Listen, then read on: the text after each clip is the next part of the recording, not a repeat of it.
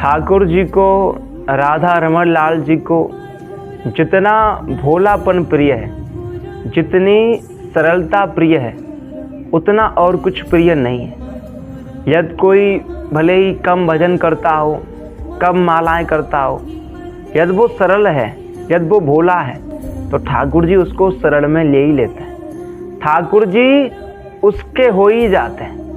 यही तो मैं आपको संकेत दे रहा हूँ कि सरल बनिए, सहज बनिए, भोले बनिए। यदि आप भोले बन गए, सरल बन गए, सहज बन गए, तो फिर आपको ज़्यादा भजन करने की कोई आवश्यकता नहीं है। फिर आपको ज़्यादा माला करने की कोई आवश्यकता नहीं। फिर आप कम माला करके ही कृष्ण को पालोगे। और आप देख लीजिए, गोपियाँ जी कितनी सरल थी, इतनी ज़्यादा सरल थी कि ये भी भूल जाती थी कि उनके घर पर कोई काम छूट गया है, या उनका पति उन पर चिल्लाएगा, या उनके बच्चे भूखे हैं। इतनी सरल था, पूरा आकर्षण कृष्ण की ओर, पूरी आसक्ति कृष्ण की ओर, सब कुछ छोड़ छाड़ के बस कृष्ण की। इतनी सरल, इतनी भोली, इतनी भाव विभोर कि गोपियों को कृष्ण के अतिरिक्त और कुछ दिखता ही नहीं था।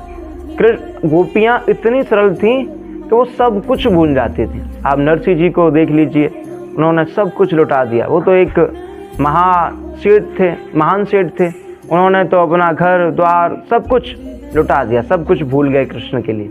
और आप द्रौपदी जी को, सबको देखें आप, यदि आप भक्तों का चरित्र देखेंगे तो अधिकांश भक्त सरल ही थे, जिन्हें कृष्ण के अलावा और कोई मतलब ही नहीं था। वो बस कृष्ण पर ही नौछावर थे।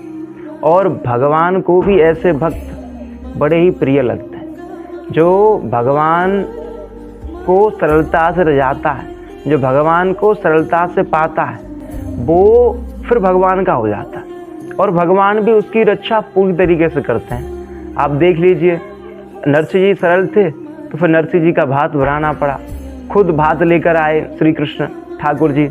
और आप गोपियों की देख लीजिए, सब कुछ कृष्ण ने भी गोपियों पर लुटा दिया। और आप किसी भी देख लीजिए, अर्जुन जी को, किसी को भी भगवान ने हमेशा सरल भक्त की रक्षा शुरू से ही की है। और भगवान को, ठाकुर जी को, राधा रमण लाल जी को यदि कोई सबसे ज़्यादा प्रिय है तो वो है सरल व्यक्ति, वो है सहज व्यक्ति। यदि बंधुओं आप भी कृष्ण प्रेमी बनना चाहते हैं, यदि आप भी ठाकुर जी को पाना चाहते हैं, रजाना चाहते हैं, तो सर्वप्रथम आप सरल बनिए, सहज बनिए और अपने अंदर विशुद्ध भाव की उत्पत्ति करिए। राधे राधे।